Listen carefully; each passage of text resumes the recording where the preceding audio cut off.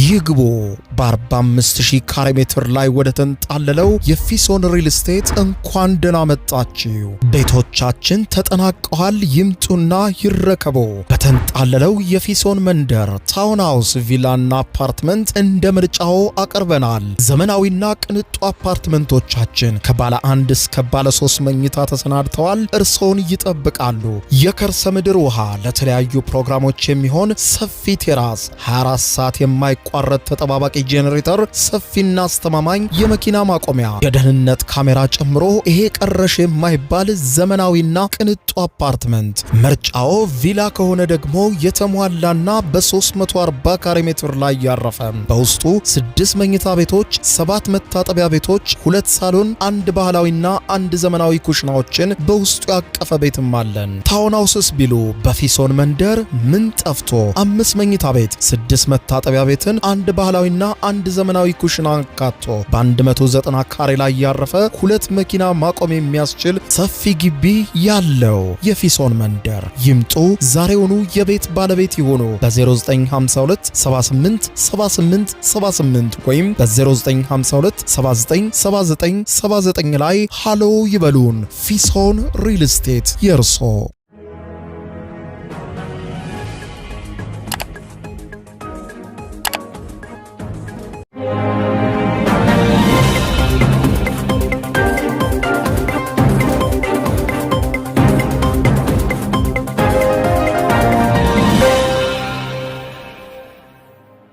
ጤና ይስጥልኝ ክቡራትና ክቡራን የዩቲዩብ ቻናል ቤተሰቦች፣ ሰበር መረጃዎች ተሰምተዋል። በርከት ያሉ ሰበር መረጃዎች በየሰዓታቱ ልዩነት ሲወጡ ቀድሞ ለእናንተ የማስታወቂያ መልእክት ወይም ኖቲፊኬሽን እንዲደርሷችሁ የዩቲዩብ ቻናሌን ሰብስክራይብ በማድረግ የደወል ምልክቷን መጫን አትዘንጉ።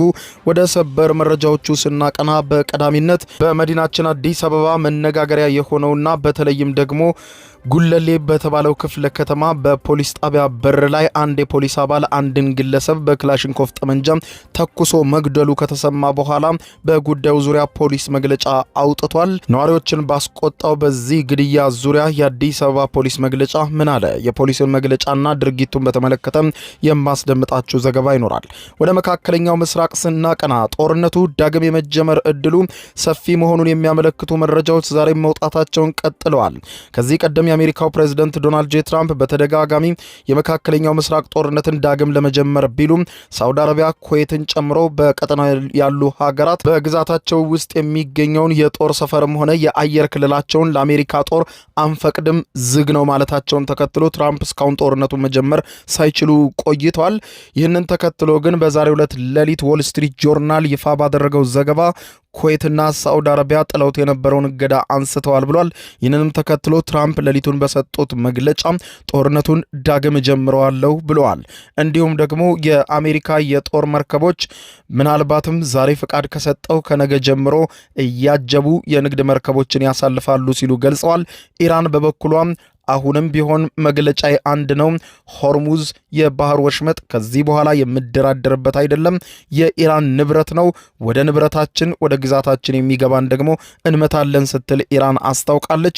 ውጥረቶች እጅግ በተባባሱበት በአሁኑ ሁኔታ የኢራኑ መንፈሳዊ መሪ አያቶላ ሙጅታባ ካሚኒ የቅርብ አማካሪ የሙጅታባ ካሚኒን አቋም ይፋ ያደረጉ ሲሆን ይኸውም የሆርሙዝ ባህረ ሰላጤን ጉዳይ በተመለከተ ከአሜሪካ ጋር ምንም አይነት ድርድር እንደማንቀመጥና ሆርሙዝ ወሽመጥ የኢራን ንብረት መሆኑን አሜሪካ ካላመነች በስተቀር ድርድር የሚባል ነገር የለም ብላለች ኢራን። ይህንን በተመለከተ ሰፊ መነጋገሪያ ሆኗል። እነዚህ ያስተዋወቅኳችሁና ሌሎችንም በርከት ያሉ ዝርዝር መረጃዎችን አስደምጣችኋለሁ። አብረን ዝርዝሩን እንከታተለው።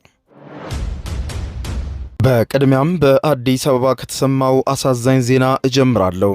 በመዲናችን አዲስ አበባ አንድ የፖሊስ አባል አንድ ግለሰብን በፖሊስ ጣቢያ ደጃፍ ላይ መግደሉን ተከትሎ በርካቶች ቁጣቸውን ያሰሙ ሲሆን የአዲስ አበባ ፖሊስም የፖሊስ አባሉን በቁጥጥር ስር ማዋሉን አስታውቋል። የሰው ሕይወት ያጠፋው የፖሊስ አባል በቁጥጥር ስር ውሎ ምርመራ እየተጣራበት መሆኑን ነው የአዲስ አበባ ፖሊስ ዋና ጠቅላይ መምሪያ ምሽቱን ባወጣው መግለጫ ያስታወቀው። የአዲስ አበባ ፖሊስ ዋና ጠቅላይ መምሪያ ሚያዝያ 29 ቀን 2018 ዓ.ም በአዲስ አበባ በጉለሌ ክፍለ ከተማ ወረዳ 1 ከቀኑ 10 ሰዓት ከ40 ላይ አቶ ተገኝ ባልቻን በክላሽንኮቭ ጠመንጃ የገደለው ረዳት ሳጂን ማቴዎስ ተመቸው የተባለውን የፖሊስ አባል በቁጥጥር ስር አውሎ ምርመራ እያጣራበት መሆኑን ነው ያስታወቀው። የአዲስ አበባ ፖሊስ አደረግኩት ባለው ማጣራትና በደረስኩበት ምርመራ መሰረት ከዚህ ቀደም በሟችና በፖሊስ አባሉ መካከል ጠብ ተፈጥሮ አቶ ተገኝ በፖሊስ አባሉ ላይ ባደረሰው ጉዳት ታስሮ በቁጥጥር ስር ውሎ እንደነበረና በኋላም መለቀቁን ያስታወቀ ሲሆን የአዲስ አበባ ፖሊስ በመግለጫው ሲቀጥልም ይህ በእንዲህ እንዳለ ታዲያ በዕለቱ ሟች በሌላ ወንጀል ተጠርጥረው በፖሊስ ተይዘው ወደ ፖሊስ ጣቢያ ከሄዱ በኋላ ከመኪና ወርደው ወደ ውስጥ እንዲገቡ ሲጠየቁ አልገባም በሚል ግብግብ በመፈጠሩ በአካባቢው ግርግር አጋጥሞ እንደነበር ፖሊስ ገልጿል። ምንም እንኳን ግለሰቡ ከፖሊስ አባላት ጋር ግርግር መፍጠራቸው ተገቢ ባይሆንም የፖሊስ አባሉ የፈጸመው ዘግናኝ ድርጊት ግን ፍጹም ተቀባይነት የሌለውና ኢሰብአዊ ድርጊት መሆኑንና ፖሊስ ከቆመለት ዓላማ በተቃራኒ የተፈጸመ በመሆኑ ተቋሙን የማይወክል መሆኑን የአዲስ አበባ ፖሊስ ዋና ጠቅላይ መምሪያ ባወጣው መግለጫ ይፋ አድርጓል።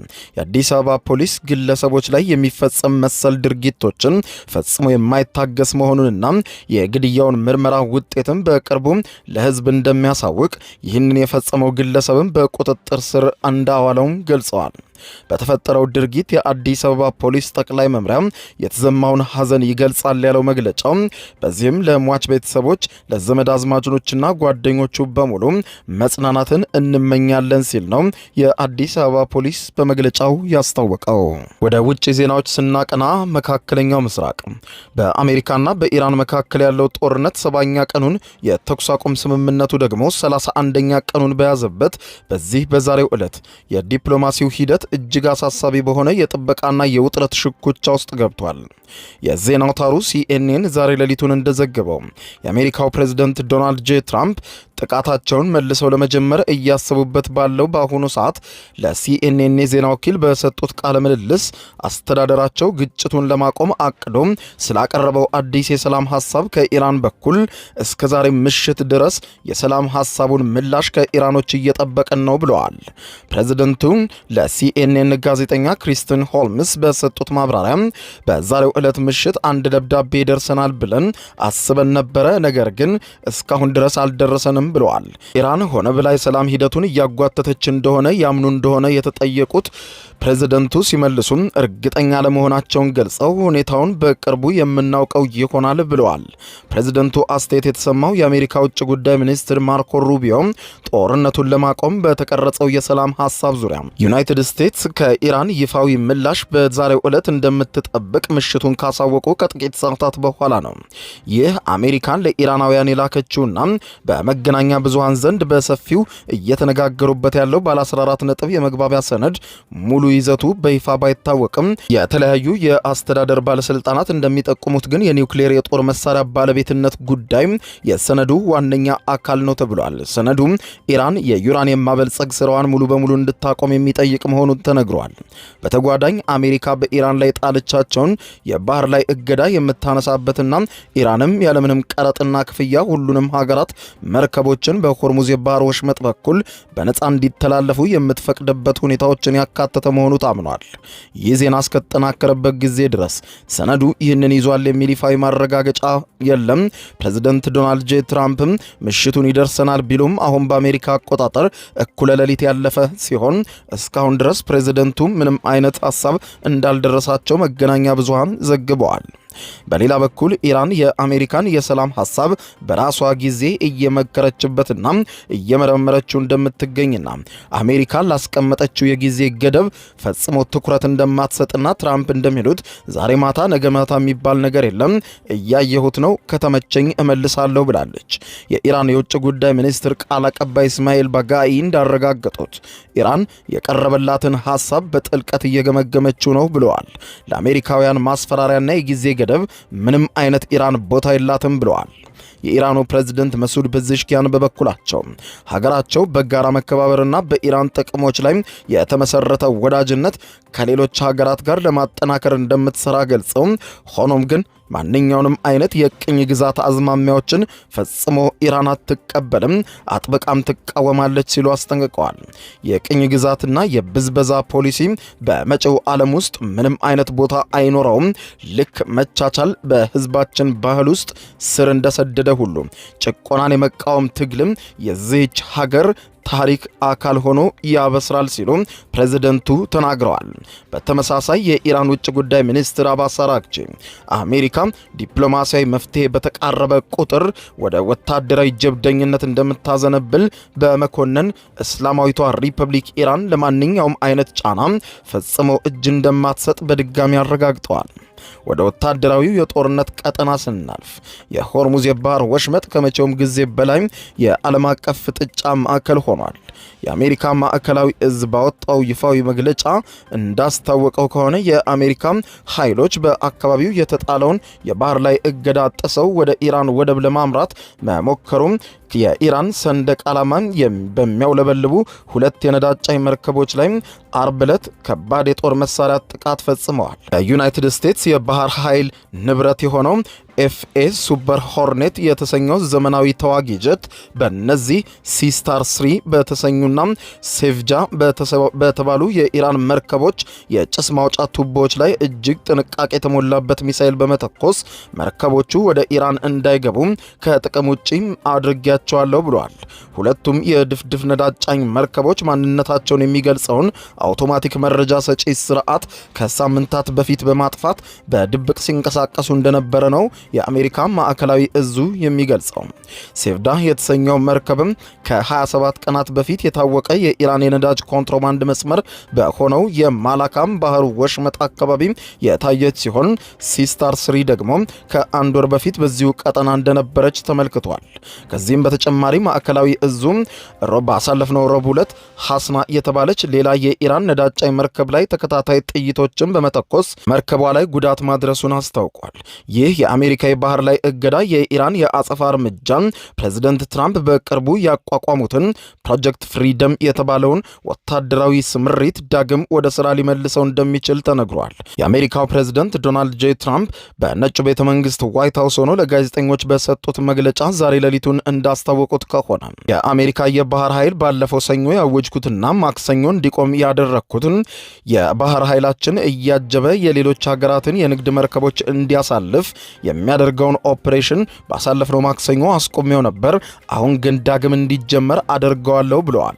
ፕሬዝዳንት ትራምፕ ሲናገሩ የንግድ መርከቦችን በሆርሙዝ የባህር ወሽመጥ በነጻነት ለማሳለፍ የታለመውንና ለጊዜው አቋርጬ የነበረው ይሄው ኦፕሬሽን ዳግም ይጀመራል በቀናት ውስጥ ብለዋል። የሆርሙዝ የባህር ወሽመጥ ቁጥጥር ጉዳይ ለኢራን የህልውና ጉዳይ መሆኑን ይፋ አድርጋለች። የኢራኑ ጠቅላይ መሪ አማካሪ የሆኑት መሐመድ ሙክበር የዚህን ስትራቴጂካዊ የውሃ መስመር ወሳኝነት ሲናገሩ የሆርሙዝ የባህር ወሽመጥን መቆጣጠር ልክ የኒውክሌር ፈንጂ ባለቤት ከመሆን ጋር እኩል ነው ሲሉ አውጀዋል። አክለውም የዓለምን ኢኮኖሚ በአንድ ውሳኔ ብቻ ተጽዕኖ ውስጥ ማስገባት የሚያስችል ቁልፍ ቦታና ቁልፍ እጅ ላይ ነው ያለው፣ ያቺም ሀገር ኢራን ናት ብለዋል።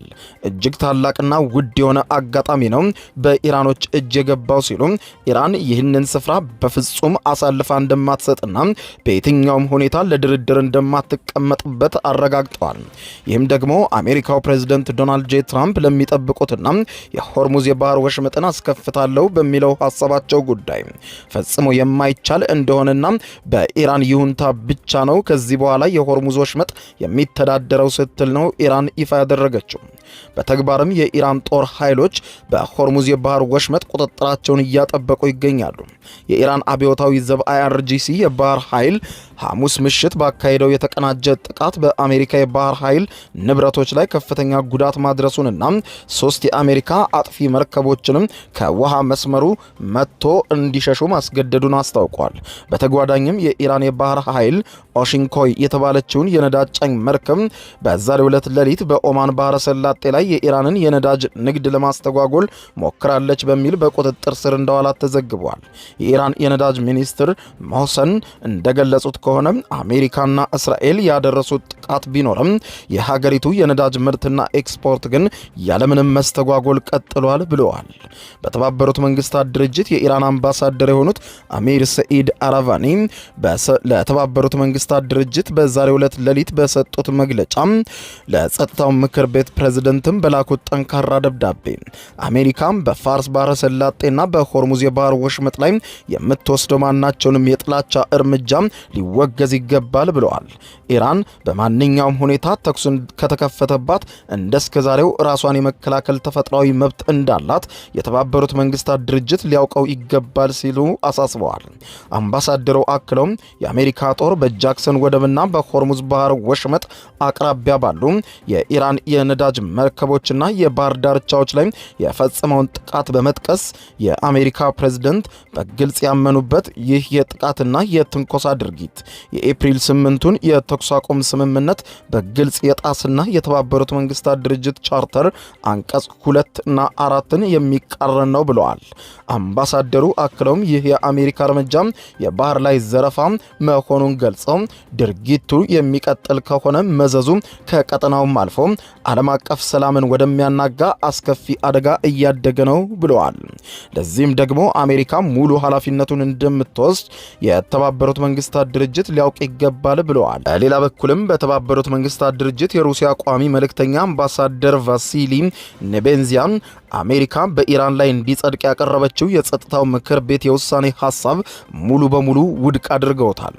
ሩሲያ ይህንን ሐሳብ የችግሩን ስረ መሰረት ያላገናዘበና ኢራንን ለማግለል ሆነ ተብሎ ያለመ ሚዛናዊ ያልሆነ ሙከራ ስትል አጣጥለዋለች። በተመሳሳይ ኢራን በአሜሪካና በባህሬን በጋራ የተዘጋጀውንና በሆርሙዝ የባህር ወሽመጥ ህገወጥ ወታደራዊ እርምጃቸውን ህጋዊ ለማድረግ ያለመውን የውሳኔ ሐሳብ ረቂቁን በጽኑ ውድቅ መደረግ ያለበት ስትል ተቃውመዋለች። ጦርነቱ አሁን ዳግም ወደ መጀመሩ ማዘንበሉ የተሰማ ሲሆን ከዚህ ቀደም ትራምፕ ሊጀምሯቸው ያሏቸውን የተለያዩ ወታደራዊ እርምጃዎችን ያስቆሙት ኩዌትና ሳዑዲ አረቢያ ነበሩ። ከዚህ ቀደም ወጥቶ እንደነበረው ዘገባ ኩዌትና ሳዑዲ አረቢያ ለአሜሪካ አየር ኃይልም ሆነ ለአሜሪካ ጦር በአጠቃላይ የአየር ክልላቸውንና ወታደራዊ ጦር ሰፈሮችን እንዳይጠቀሙ ከልክለው ነበረ። ከኤፕሪል 8 የተኩስ አቁም ስምምነት በኋላ ትራምፕ ሊጀምሯቸው ያሉትን ጦርነት በሙሉ አስቁመው የነበሩት። አሁን ግን ጦርነቱ ዳግም መጀመሩን የሚገልጽ የዎል ስትሪት ጆርናል ዘገባ ዛሬ ሌሊቱን እንዳወጀው ሳዑዲ አረቢያና ኩዌት የአሜሪካ ጦር የአየር ክልላቸውንና ወታደራዊ ሰፈሮቻቸውን ኢራን ላይ ጥቃት ለመሰንዘር እንዳይጠቀም ጥለውት የነበረውን እገዳ ማንሳታቸውን አውጇል። ይህ ውሳኔ የትራምፕ አስተዳደር በሆርሙዝ የባህር ወሽመጥ መንገድ በጦር ታጅበው እንዲያልፉ የሚያደርገውን ዘመቻ ዳግም ለመጀመር የሚያስችለው እንዲሁም በኢራን ላይ የአየር ድብደባ ለመፈጸም የሚያስችለው ትልቅ እፎይታ ይሰጠዋል ተብሏል።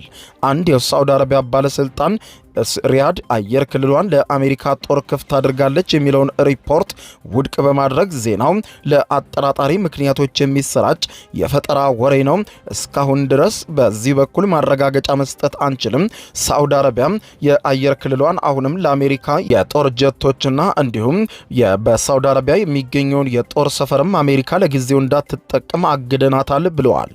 በሌላ በኩል ደ ኒውዮርክ ታይምስ ዛሬ ሌሊቱን ይፋ ባደረገው መረጃ መሰረት የትራምፕ አስተዳደር ለኩዌት የተባበሩት አረብ ኤሚሬቶችና ባህሬን የሚሆን 17 ቢሊዮን የአሜሪካን ዶላር የሚያወጣ በ10 ሺዎች የሚቆጠሩ የጠለፋ ሚሳኤሎችና ተያያዥ የጦር መሳሪያዎችን ሽያጭ አጽድቋል። በተባበሩት አረብ ኤሚሬቶች በኩል የሀገሪቱ መከላከያ ሚኒስትር ከኢራን የተሰነዘሩ 2 ባላስቲክ ሚሳኤሎችና 3 ሰው አልባ በራሪ አውሮፕላኖች ወይም ድሮኖች ጥቃቶችን ተከትሎ 3 ሰዎች መቁሰላቸውን ሲያረጋግጥ ኤሚሬትስ ባለፉት 2 ወራት ብቻ በነበረው ጦርነት 551 ባላስቲክ ሚሳኤሎችና 2263 ሰው አልባ በራሪ አውሮፕላኖች በማክሸፍ ከፍተኛ የጥቃት ኢላማ ሆና ቆይታለች። ተጨማሪም ሪፖርቶች እንደሚያሳዩት የተባበሩት አረብ ኤሚሬቶች ለትራምፕ የሰላም ቦርድ 100 ሚሊዮን የአሜሪካን ዶላር የለገሰች ሀገር ስትሆን ይህ ገንዘብ በእስራኤል ስም በጋዛ ቁጥጥር ስር የሚደረገውን አዲስ የፖሊስ ኃይልን ለማሰልጠን የሚውል ነው ተብሏል።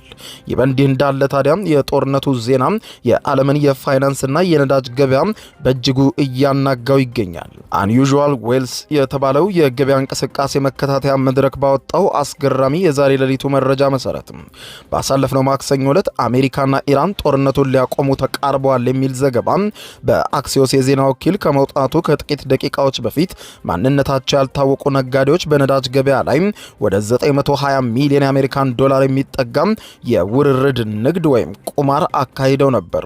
በተጨባጭም አሜሪካን በኢራን መርከቦች ላይ ያደረሰችውን ጥቃት ተከትሎ የዓለም የነዳጅ ዋጋ በፍጥነት ያሻቀበ ሲሆን የብሬንት ድፍድፍ ነዳጅ ዋጋ 7.5 በመቶ በማደግ በትናንትናው ዕለት አርብ ዕለት ላይ አንድ በርሜል ዋጋ ከ101 ዶላር በላይ ተሸጧል። የዚህ ከፍተኛ ገንዘብ የተያዘበት የቁማር ሁኔታ ታዲያ በመላው ዓለም የመገናኛ ብዙሃን የፊት ለፊት ገጾች ላይ መነጋገሪያ እንዲሆን አድርጎታል። ከፋርስ ባህረ ሰላጤ ውጭ ያለው የቀጠናው ጦርነት አሁንም እንደቀጠለ ነው።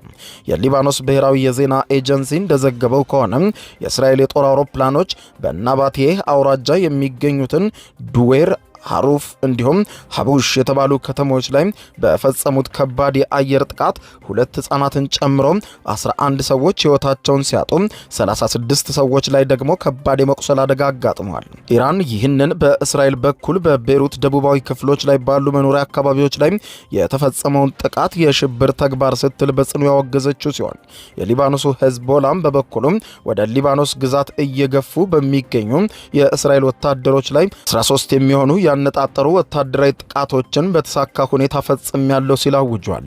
በሌላ ዜና ደግሞ የእስራኤል አቃቢ ሕግ 3 የእስራኤል ወታደሮችንና አንድ የአካባቢው ነዋሪን ከኢራን ጋር ግንኙነት ካላቸው ወኪሎች ጋር የረጅም ጊዜ ሚስጥራዊ ግንኙነት በመመስረትና ለኢራን በመሰለል ወንጀል ክስ እንደተመሰረተባቸው ተዘግቧል። በመጨረሻም የአሜሪካው ፕሬዝዳንት ዶናልድ ጄ ትራምፕ የአውሮፓ ህብረት ከአሜሪካ ጋር የተደረሰውን የንግድ ስምምነት በአስቸኳይ እንዲያጸድቅ ካልሆነ ግን እርምጃ እንደሚወስዱ ገልጸው የመጨረሻ ቀነ ገደብ ለአውሮፓ ሰጡ። የአውሮፓ ህብረት በአሜሪካ ላይ የጣለውን ግብር እስከፊታችን ሐምሌ 4 ድረስ ወደ ዜሮ ካላወረደ በህብረቱ ላይ በጣም የከፋ እርምጃና ታሪፎችን ወስዳለው ሲሉ የአሜሪካው ፕሬዝዳንት ዶናልድ ጄ ትራምፕ መላው የአውሮፓ ሀገራትን አስጠንቅቀዋል። ትራምፕ ይህንን ያሉት ከአውሮፓ ህብረት ኮሚሽን ፕሬዝዳንት ኡርሱላ ቮን ደር ሌየር ጋር የስልክ ንግግር ካደረጉ በኋላ ነው። እንደ ትራምፕ ገለጻ ከሆነ ህብረቱ እስከ አሜሪካ 250ኛ ዓመት የልደት በዓል ድረስ ጊዜ እንደተሰጠውና ይህ ካልሆነ ግን የሚጣልባቸውን ታሪፍ በፍጥነት ወደ ከፍተኛ ደረጃ እጨምረዋለሁ ብለዋል። ከኮሚሽኗ ጋር ይህንን እንደተስማሙም ትራምፕ ገልጸዋል። ቮንደር ሌን በበኩላቸው ህብረቱ የትራምፕን የቀነ ገደብ ከማብቃቱ በፊት በታሪፍ ቅነሳ ላይ ጥሩ ለውጥ እያሳየ ነበር ብለዋል። ይህ ከሆነ ከሰዓታት በኋላ የአሜሪካ የንግድ ፍርድ ቤት ትራምፕ በበርካታ ሀገራት ላይ የጣሉትን የ10 በመቶ ታሪፍ በአሜሪካ የንግድ ህግ መሰረት ትክክል እንዳልሆነ የሚገልጽ ውሳኔ አሳልፎ ታሪፋቸውን ውድቅ አድርጎባቸዋል። ይህ ውሳኔ ወደፊት የፍርድ ቤት ክርክሮች እንዲያደርጉ ሊያደርግ ይችላል። ቮንደርሌንና ትራምፕ የንግድ ስምምነት የተፈራረሙት ባለፈው ዓመት ሐምሌ ላይ ነበረ። ረቡዕ ዕለት በአውሮፓ ህብረት ህግ አውጪዎችና መንግስታት መካከል የተደረገውን ውይይት ያለ ስምምነት መጠናቀቁን ተከትሎ ግን ስምምነቱን ተግባራዊ ለማድረግ የተደረገውን ጥረት አስተጓጉሏል። ሁለታችንም ለተግባራዊነቱ ሙሉ በሙሉ ቁርጠኞች ነን ሲሉ ቮንደርሌን በሰጡት መግለጫ ገልጠዋል። በስምምነቱ መሰረት የአውሮፓ ህብረት ወደ አሜሪካ የሚገቡ ምርቶች 15 በመቶ ታሪፍ ይጠብቃቸዋል። ትራምፕ በአውሮፓ ምርቶች ላይ 30 በመቶ ታሪፍ ለመጣል መዛታቸው ነው የተነገረው። ስምምነቱ በመጋቢት ወር የአውሮፓ ፓርላማ በቅድመ ሁኔታ ላይ የተመሰረተ ሁኔታን አግኝቷል። አብዛኛዎቹ ህግ አውጪዎችም ስምምነቱን ተግባራዊ ለማድረግ የሚያስችል ህግ ቢደግፉም አሜሪካ የስምምነቱን እንድትጠብቅ ለማድረግ የታለመው በርካታ አንቀጾችንም አክለዋል። የፓርላማ አባላት በብረትና በአሉሚኒየም የተሰሩ የአውሮፓ ዕቃዎችን ትራምፕ በብረት ምርቶች ላይ ከጣሉት 50 በመቶ ታሪፍ ውጪ ከሆኑ ብቻ በአሜሪካ ምርቶችና ታሪፎች ላይ ዜሮ የሚያደርግ ድምጽ ሰጥተዋል።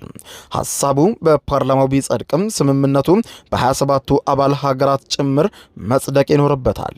የአውሮፓ ፓርላማ ዋና ተደራዳሪ በርደን ላንጅ የትራምፕ ማህበራዊ ሚዲያ መግለጫ ከመውጣቱ በፊት እንዳሉት ሕግ አውጪዎችና መንግስታት በድርድሩ ዙሪያ ጥሩ ለውጥ እያሳዩ ቢሆንም አሁንም የሚቀረን መንገድ አለ ብለዋል። ተደራዳሪዎቹ ግንቦት 19 በስትራስበርግ ከተማ ሌላ ዙር ውይይት ለመገናኘት ተስማምተዋል። ለአውሮፓ ህብረትም ሆነ ለአሜሪካ ዜጎችና ኩባንያዎችም የሚጠቅሙ ተጨማሪ ዋስትናዎችን ለማቅረብ የፓርላማውን ስልጣን ለማጠናከር ለመከላከል ከመቼውም ጊዜ በላይ በበለጠ ቁርጠኝነት እንቀጥላለን ብለዋል። አሜሪካው ፕሬዝዳንት ዶናልድ ጄ ትራምፕ ባለፈው ሳምንት የአውሮፓ ህብረት የተስማማንበትን የንግድ ስምምነት ሙሉ በሙሉ አላከበረም ሲሉ የአውሮፓ ህብረት አባል ሀገራትን መክሰሳቸው ይታወቃል።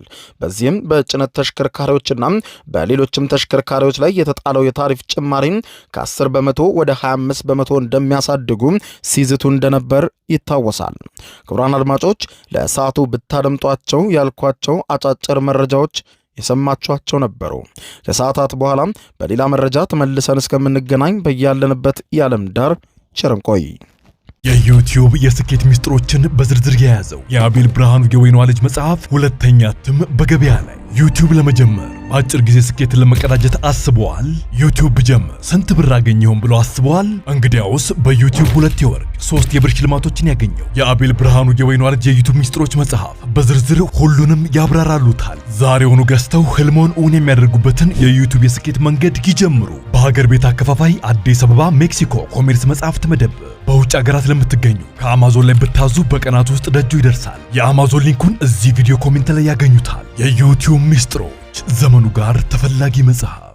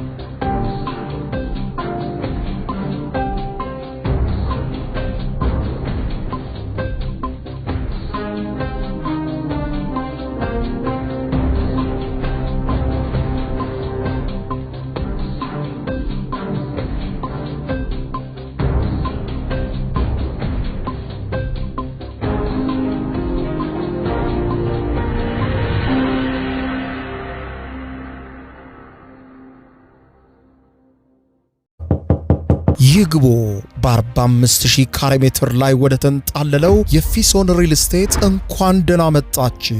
ቤቶቻችን ተጠናቀዋል። ይምጡና ይረከቡ። በተንጣለለው የፊሶን መንደር ታውን ሃውስ፣ ቪላና አፓርትመንት እንደ ምርጫው አቀርበናል። ዘመናዊና ቅንጡ አፓርትመንቶቻችን ከባለ 1 እስከ ባለ 3 መኝታ ተሰናድተዋል። እርሶን ይጠብቃሉ።